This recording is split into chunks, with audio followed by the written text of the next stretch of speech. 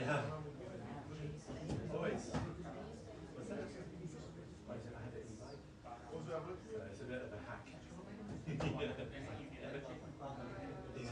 Yeah. It creates its own AC. It's good, yeah. How are you getting around these days? Yeah, actually. And then we're There's nothing there.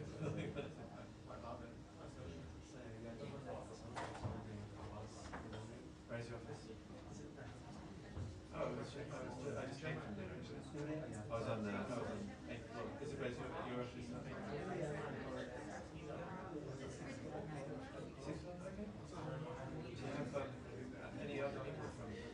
No.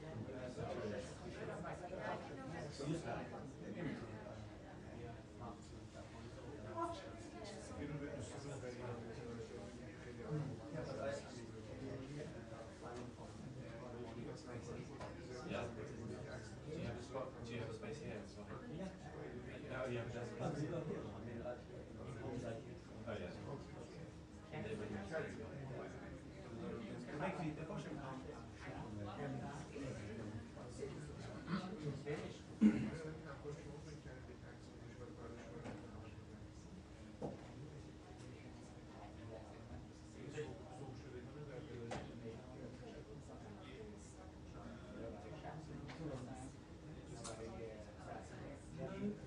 It was okay today.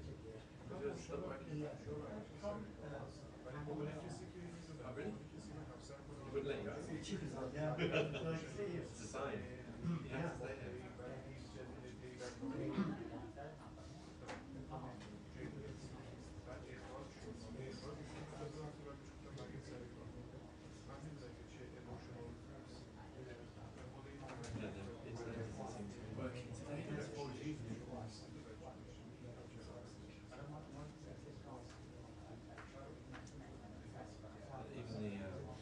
Even the State Department internet's not working.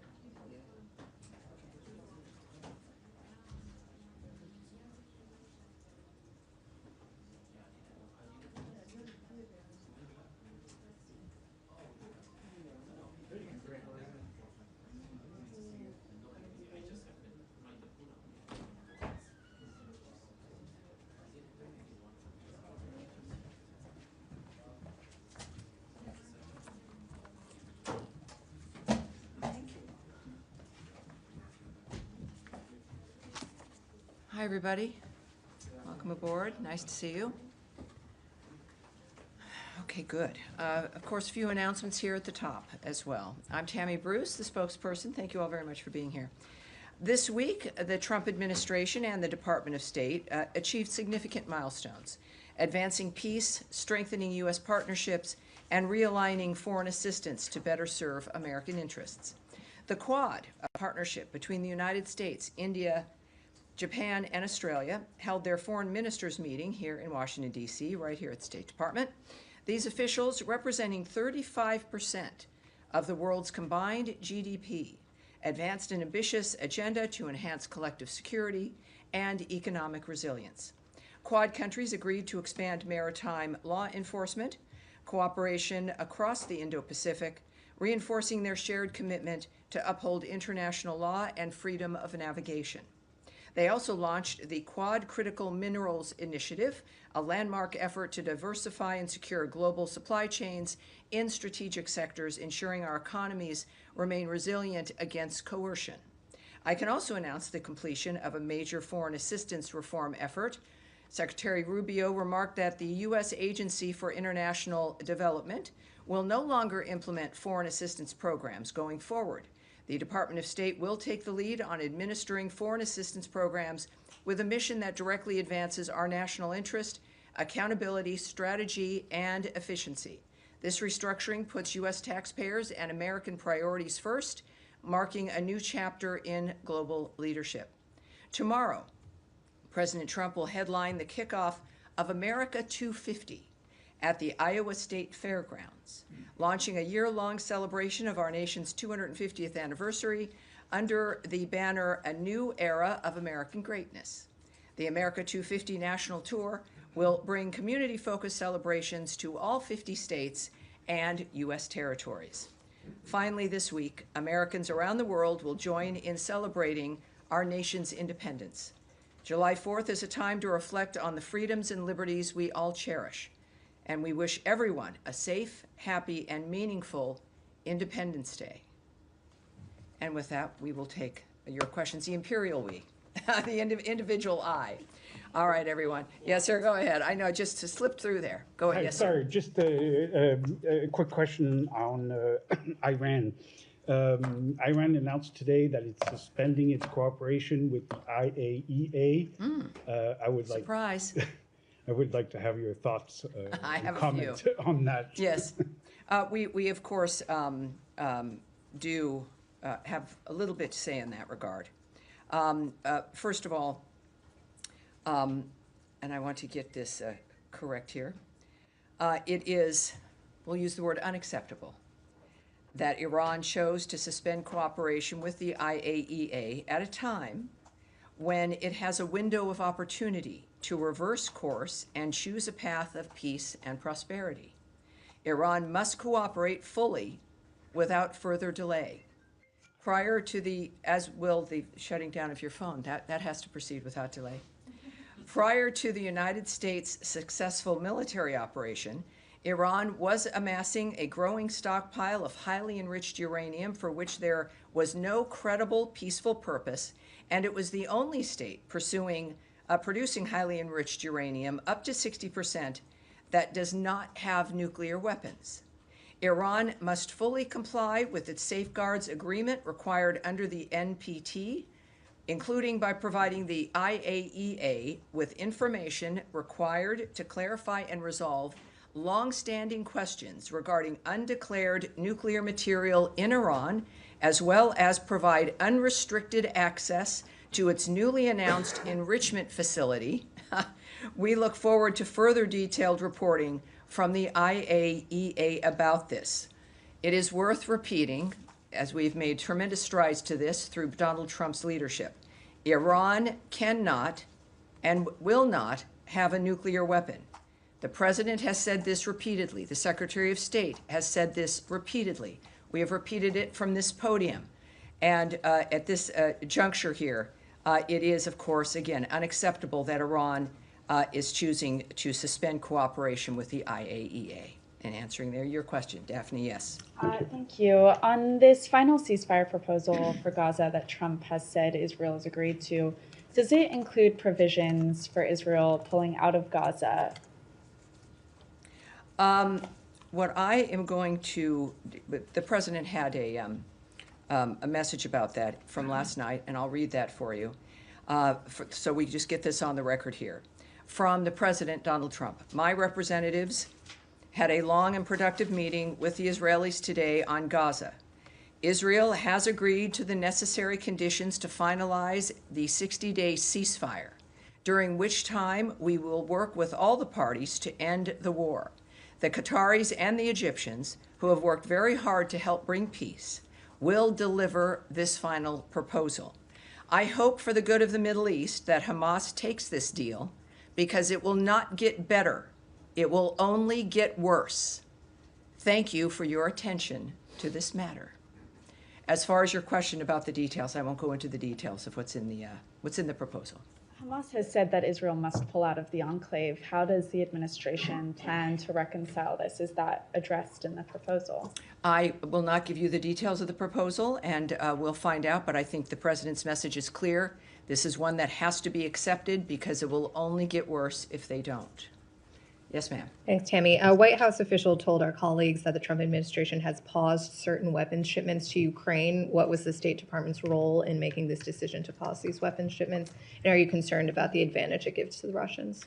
Well, traditionally, of course, I mean, our wheelhouse here is diplomacy.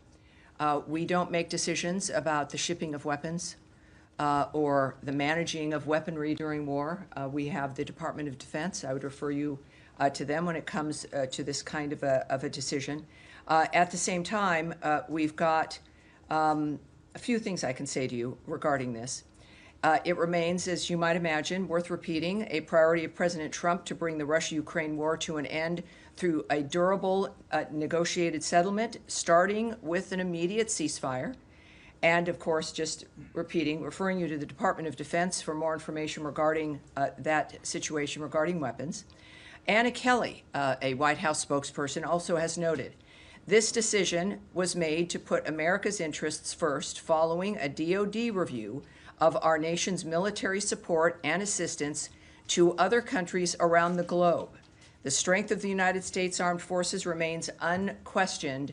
Just ask Iran. Also, from a statement by Elbridge Colby from the 2nd, which was yesterday, at the DoD, that the Department of Defense, quote, continues to provide the president with robust options to continue military aid to Ukraine. At the same time, the department is rigorously examining and adapting its approach to achieving this objective, while also preserving U.S. forces' readiness for administration's defense priorities. Can I quickly ask on GHF, the State Department announced last week that you had approved $30 million. Has any of that money been dispersed yet? And if so, how much? It has been fully approved. It has not been dispersed. There is process, as you all might imagine, in the building regarding the dispersal of any funds. And when that happens, I will let you guys will be the first ones to know. Andrea Mitchell. Yes, ma'am.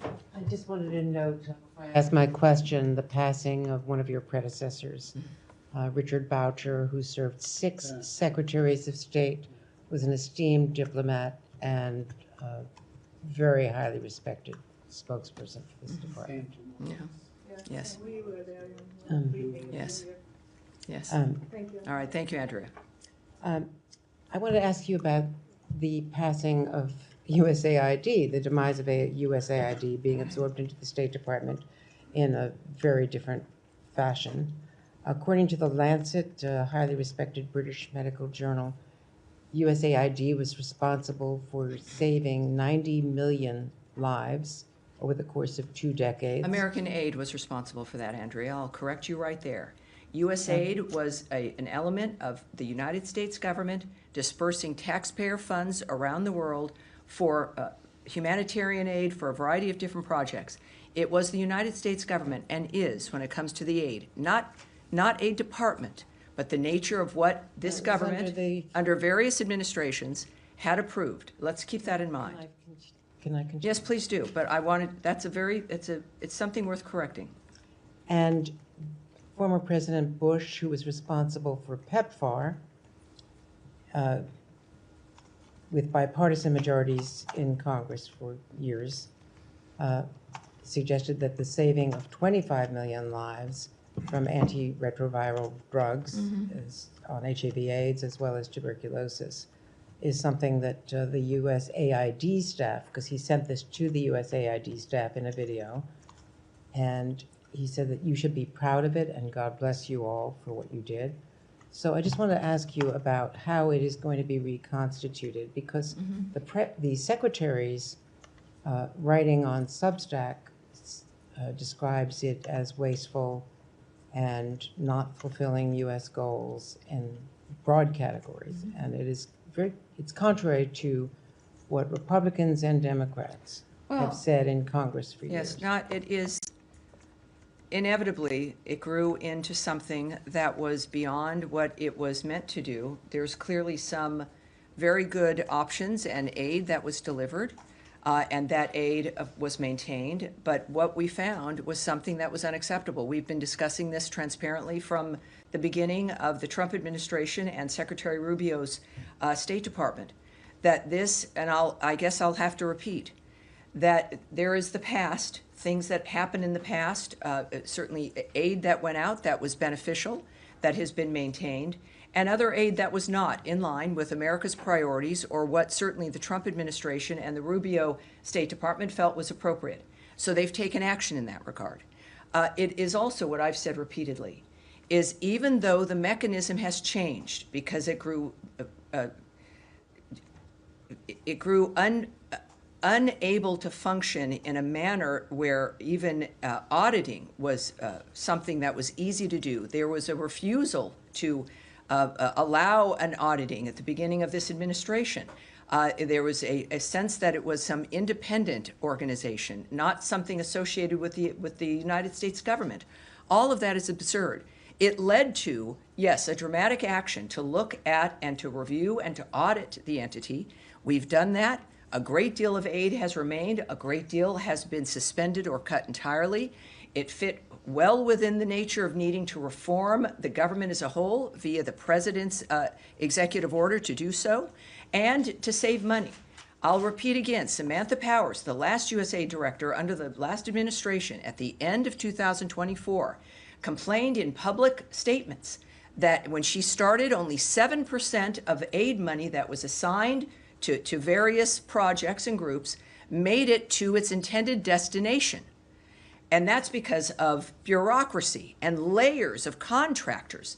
And she was proud that she got it up to 10%. All of us would agree that that's unacceptable. And that even if you do cut the amount of money that's going out, doesn't mean that the services get cut. It doesn't mean that the benefits get cut. It could, in fact, mean more services, more benefits with less bureaucracy, with services getting directly to the people who need it. I'll finish. You stated a number of things that I think are unfortunate, and the American people deserve to hear an answer. Because we've also described, you asked, how will this look now?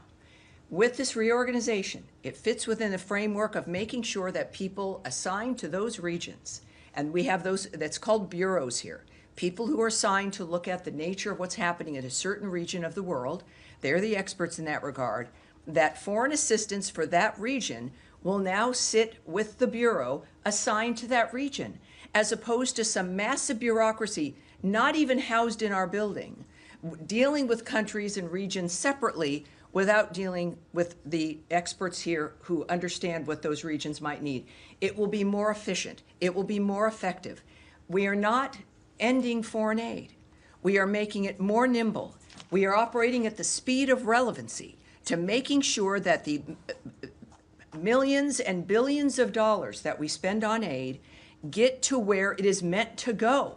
There is nothing to be proud of when 90%, according to Samantha Powers, is not even making it to the people to whom it was promised. These are promises. Donald Trump makes promises and he keeps them. Promises made, promises kept. We will be doing that also now with foreign aid. With the new structure of how this will be working, we are, of course, it is in our DNA. We exist in large part because of the nature of what America stands for as a beacon of hope for the future for the world. We've died on that principle. We live on that principle, and we are giving foreign aid on that principle, but it will be functional, it will be auditable, we will know where it's going, and we will see results. All right. Yes, sir. Thank you, Tammy. I have two questions on Ukraine. I want to press you a little bit more. I know you referred to the Defense Department. Yes. But the Ukrainians, appear to have, learned about it from the media this morning. Is there any reason behind the failure when it comes to communicating this to the Ukrainian allies? I would argue that that is not correct. Obviously, perhaps some Ukrainians heard about it in the news. Our communication lines with Ukraine have always been robust. While it was not, well, I will not discuss who delivered the news, but that is a conversation clearly that is something that occurred because of the importance of this project to the United States. We have been Ukraine's biggest supporter emotionally, militarily, financially, and there's a reason for that. At the same time, as we've also said and the President has said, and the Secretary, that we, in fact, have got to make sure, because we have a global front of what it matters to America, and that's why we've been asking our European partners and allies and friends to also chime in because of the nature of the fronts that we are always dealing with around the world. And that is sometimes a decision. At the same time, the DoD statement made clear that they have robust options as we continue to work to assist Ukraine when it comes to the options that they might have. That's from the DoD, and I don't doubt that. So we should, I think, be cautious about judging the nature of what has just occurred, considering our commitment that remains for the country of Ukraine. Point take it, Tammy, but the president from the get-go made it clear that his American first foreign policy objective when it comes to Russia-Ukraine war is to end the killing. And these are defensive weapons that Ukraine needs that for that very reason, to end the killing of Ukrainians by the Russians. How do you square that circle?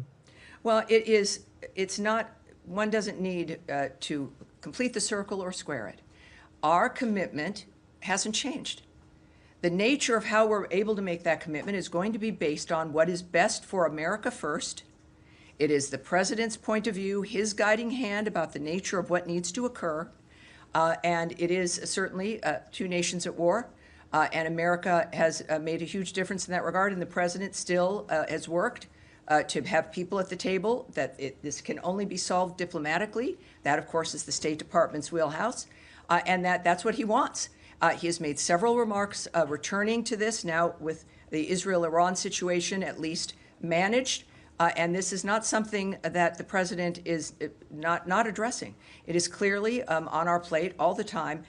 Certainly, he has specifically referred to the nature of the continued slaughter. It is unacceptable. It is a horrible dynamic, the targeting of civilian areas. The world knows this. This has been something that's been discussed. The President has expressed his fury over this issue, and that has not changed. So, again, be cautious as things move along from day to day. Yes, sir. Thank you, Tammy. Just going back to Gaza, I know you said you didn't want to go into details, but can you perhaps... You can ask. I might not answer. Well, I'm going to ask if you can perhaps speak more broadly then about what gives President Trump so much optimism that he can get the deal through within the next few days, especially given that the parties are still so far apart, with Hamas saying it wants Israeli forces out while Israel say it wants an end to Hamas. So there's a lot of daylight still between those two. Well, parties. is there? Well, can you but you see, we should not. You're presuming a great deal, which people do have to presume, because the details of something like this, of course, do remain with the negotiating partners, the leaders of nations. What you can tend to see in the media often is just simply not true, or wishful thinking. But whatever it is, what I think we all have noticed, and this is not giving away anything, is that the Middle East changed a couple weeks ago, very dramatically. It changed forever. And the work of the President of the United States, thank God for him, is going to make sure that this is not a lost opportunity. We can say this simply by having watched him most of his adult life in some capacity, but certainly with what he's given up and sacrificed to be the leader of this country. So the Middle East changed dramatically. This is an opportunity in the midst of this new world to make a different kind of decision. He is optimistic. The President, is very honest. Sometimes he's pessimistic, and he'll let people know. Again, he's a transparent man, which sometimes can be unusual. We're not used to always hearing it, but it's extremely helpful.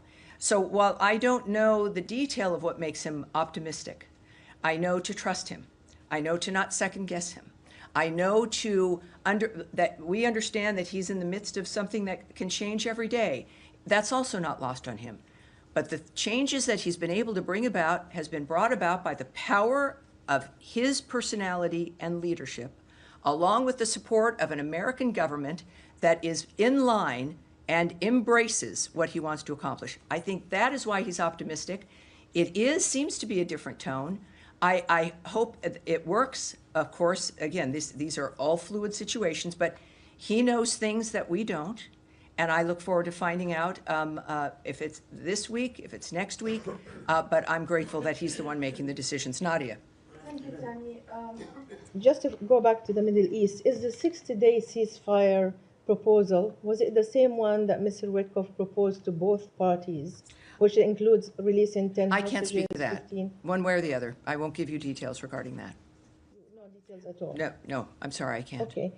Just now you just condemned the attacks on civilians in Ukraine. Of course. Yesterday there was an attack on a beach cafe in Gaza where 24 civilians were killed, including our colleagues, a female journalist was killed as well. Does the United States condemn the killing of civilians and targets? Well, we have always, one of the reasons why we do what we do is because no one wants to have civilians killed, either in a terrorist act, in war.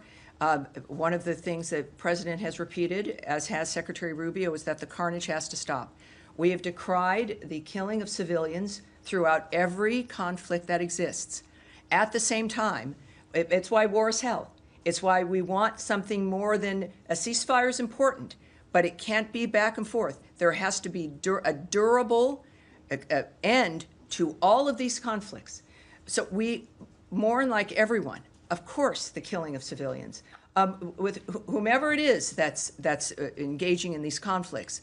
But that is why we're so committed to Gaza, to Israel's right to defend itself. We were as horrified by October 7th and the slaughter of those civilians. This is why it has to end. There is aggressive actions where if you're in war or if you're defending yourself and these are civilian areas, it's horrible enough. And it's another to deliberately target civilians for the sake of it. And those are the monsters that we are trying to stop and that the world has tried to stop for generations now. So this is why our work continues in Gaza, why the ceasefire is important, and why the end of war and the status quo that so many people have grown rich from has got to end. Saeed. Thank you, Yes, Tammy. sir. WHO, the World Health Organization, said that 112 Palestinian children, many of them are newborn and so on, are sent to whatever remains of the hospital because of malnutrition. It's because the aid is just not getting through. And my question to you is that basically a statement or evidence that the aid that has been going in is not enough and is not sufficient, that maybe the aid ought to be the responsibility of those Yes. who have had a great deal of experience in doing this, consistent with all the international organizations that have stated to that effect. Well, two parts I'll answer that. First of all, there's one entity that has gotten food and aid into the Gaza Strip, and that's the Gaza Humanitarian Foundation. We know this. This has been a fact of the matter. And that's, I think we're now up to 56 million meals distributed. So it's still within a war zone. We had a ceasefire that Hamas broke. I would say on the other issue, when it comes to the horribleness of what happens in a war zone, in this case in Gaza, it is occurring because Hamas refuses. It broke a ceasefire on October 7th. It broke another ceasefire that was attained for the Gaza Strip. It is now refusing, at least up to this point, prior to the change in the Middle East, to continue to agree to another ceasefire. They maintain their firearms. They are maintaining hostages, people they've kidnapped. And so, yes, it is horrible. And it's something that we are working to stop. But I would say regarding aid, we'll just make an admission here. It will never be enough. There will never be enough aid going into a war zone.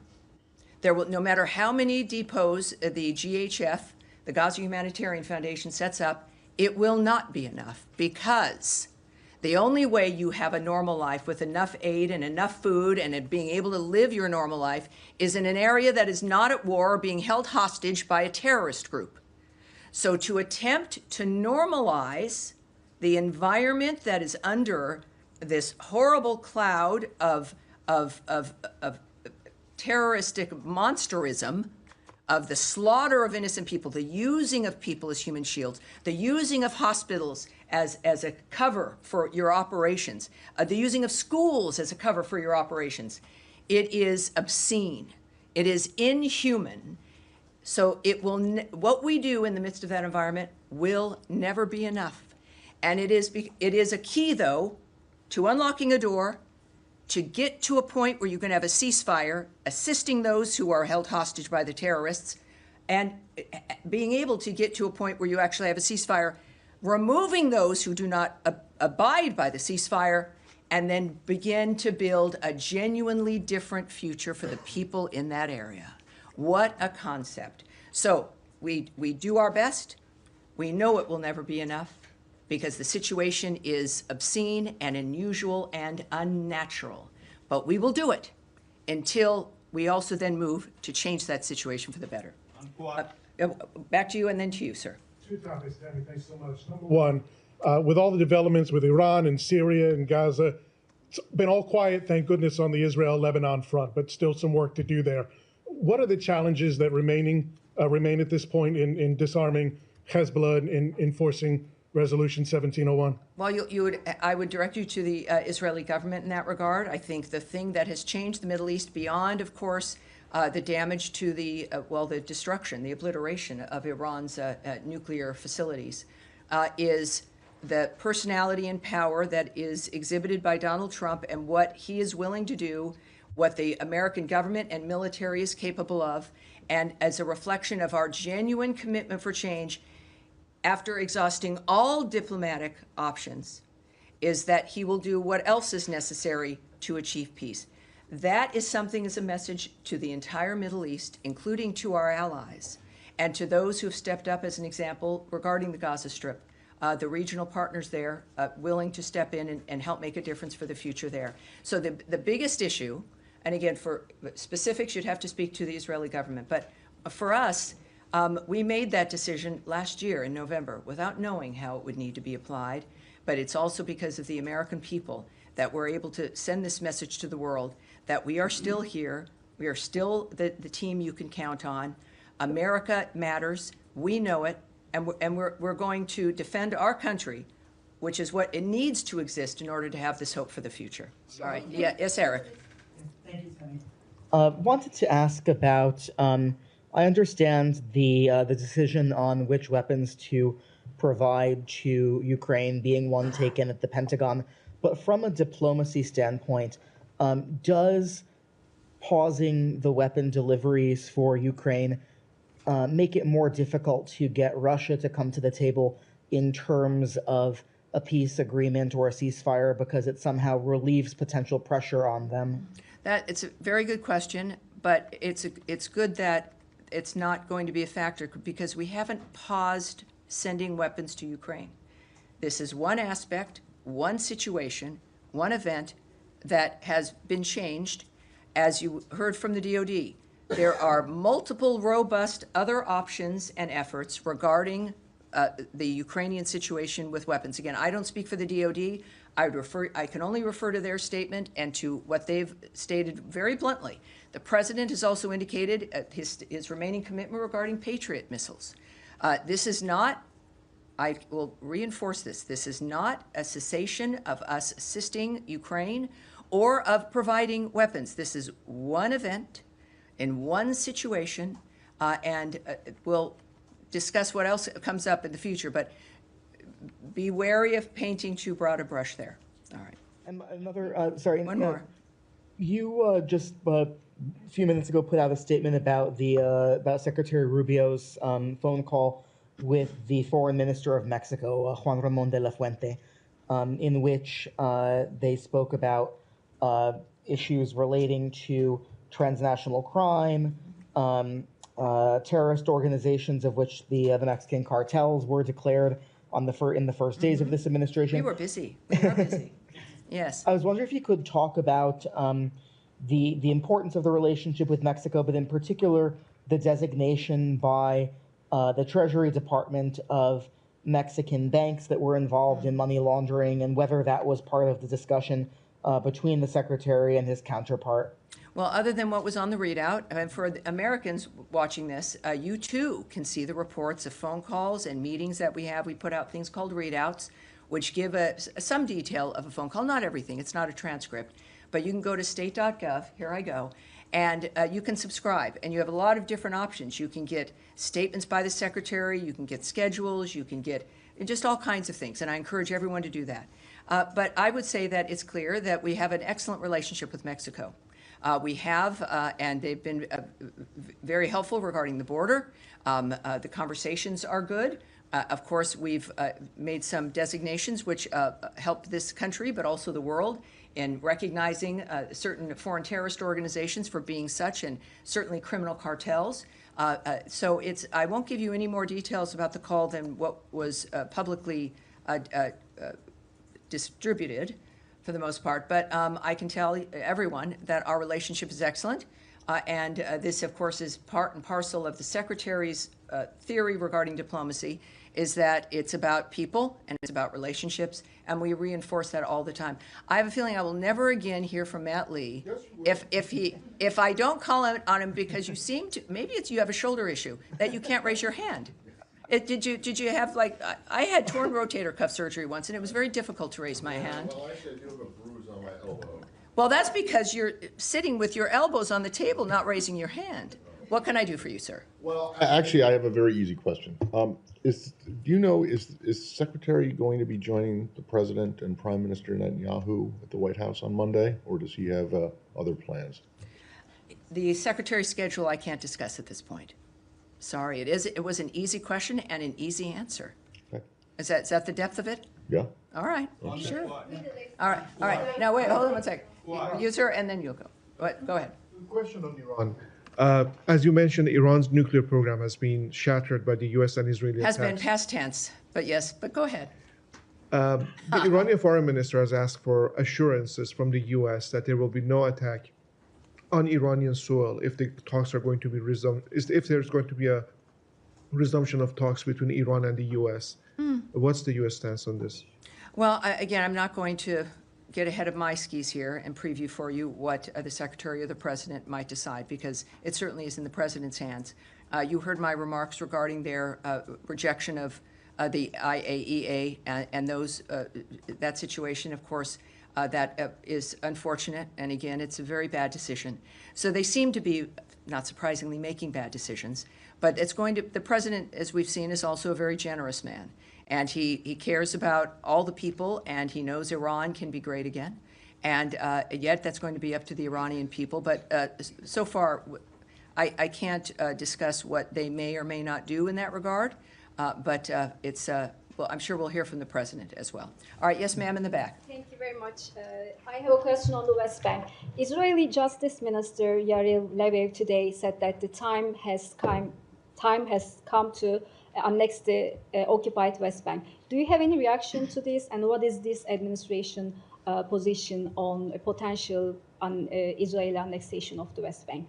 Well, I think that is specifically something that the White House would be able to answer for you, but I also know that our position regarding Israel, the choices it's make, is that we stand with Israel and its decisions and how it views its own internal security. And is the two-state solution to the Israeli-Palestinian conflict still an official policy of the U.S. government? What I can say there is that President Trump is realistic about the current state of affairs. Clearly, Gaza is an uninhabitable place. It needs to be rebuilt with the help of Arab partners. I think he has said previously that the nature of what has happened and what we have to get to, we don't have a ceasefire yet. Hopefully that will change. But that is getting quite ahead of the dynamic in general. So that is what the President's focused on. All right, yeah, sir, right there, and then we'll go to you, sir, but go ahead. Yeah, thank you, Tammy. Two questions. The first one on Israel. Is this department or the U.S. government trying to have any direct talks to Hamas, or just going through the Qatari and the Egyptians? I won't discuss the nature of the choices in a diplomatic effort like this. Okay.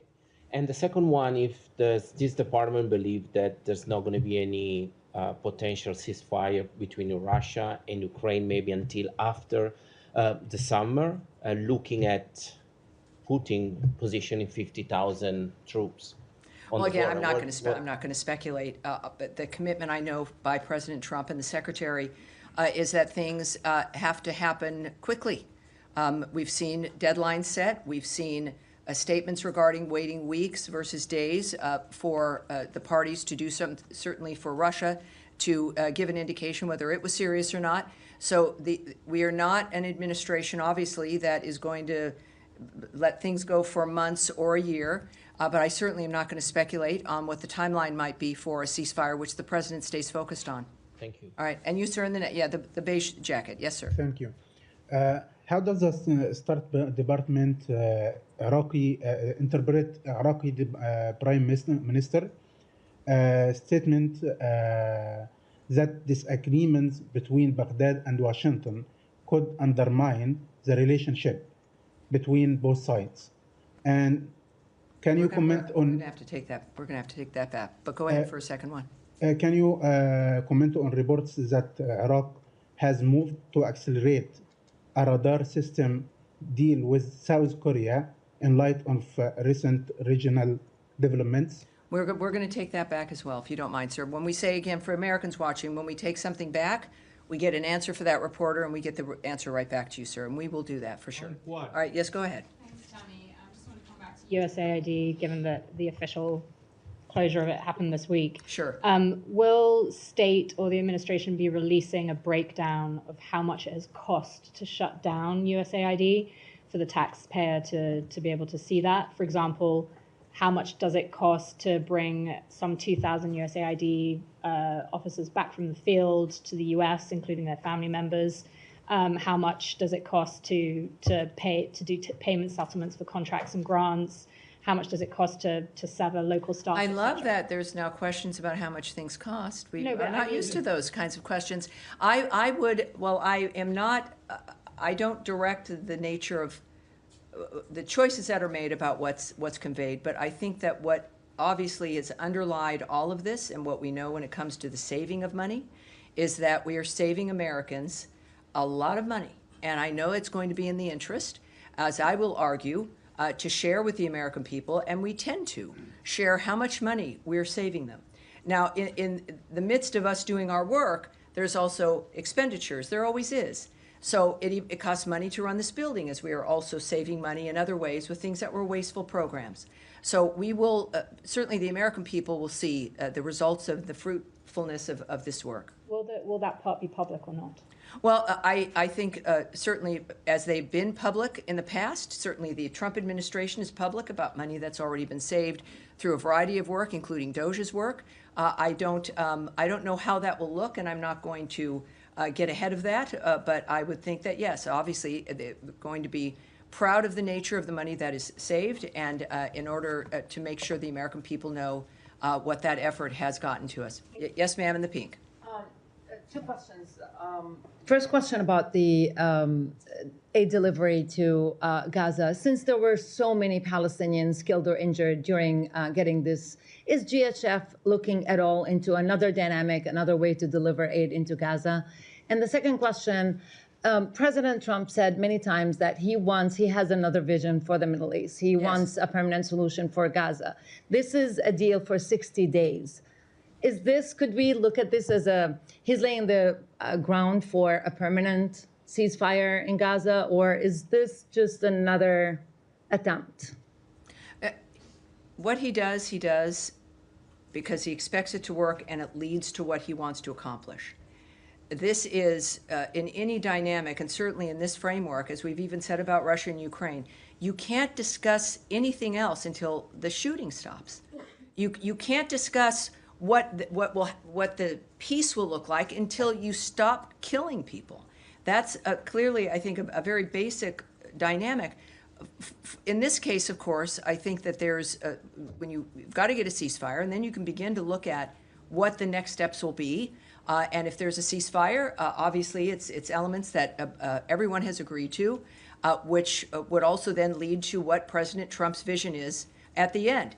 It's obviously that will be peace. It's not going to be the world's longest ceasefire. It's going to be peace that's achieved fundamentally by the changes on the ground, which we have already seen implemented over the last couple of weeks. And the aid? Again, we're dealing with, I'll just say this one more time.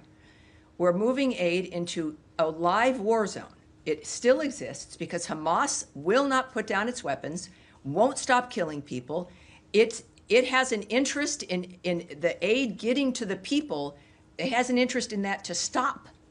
Their strength has been to control the food, to steal the food, to use food to make money, to use food to keep the Gazan people at bay, reliant only on them. It is dangerous to have people who are getting food, who are getting their meals, who realize that something else can help them other than the monsters who've been running their lives. So they have an interest in creating a horrible environment. It is a war.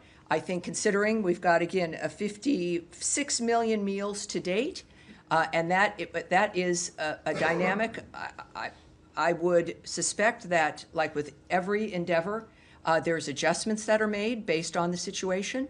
I don't have those details, but considering the success so far, we should all be proud of the nature of what's happened as we continue, because it will not be enough to go to a ceasefire and then to a durable peace as guided by President Donald Trump. All right. Yes, sir, you in the red tie, and this will be it. With the VOA Persian. Question, are you able to confirm reports that Americans have been arrested trying to leave Iran? I do, and I'm glad you asked that, because we heard about that very early on. So while we can't remark on individual reports, of course, we have long warned U.S. citizens not to travel to Iran, and that is especially true now. Anyone with a U.S. connection in Iran, including dual U.S. Iranian nationals, are at significant risk of arrest and unjust detention by the regime. If you are not currently in Iran, do not go. If you're in Iran, please see our most recent security alert and make plans to safely depart. We understand that the Iranian American diaspora in the U.S. may especially feel the need to go. We are not immune from that desire. You go visit family members or loved ones. Do not go. Don't do it. You cannot help your loved ones from jail. So I think that's our position. I appreciate the question. And that's going to be it for today. All right, everyone. Have a wonderful Independence Day, 4th of July. And we will see you. I'll be here next week, Tuesday and Thursday, for more. And remember, state.gov, whether you're at home, here as reporters, sign up for all of our alerts, and also keep an eye on things, as Eric does, with the readout of the Mexican phone call there. Thank you, everyone. Thank you. Thank you, and I hope your shoulders, it gets better, Matt.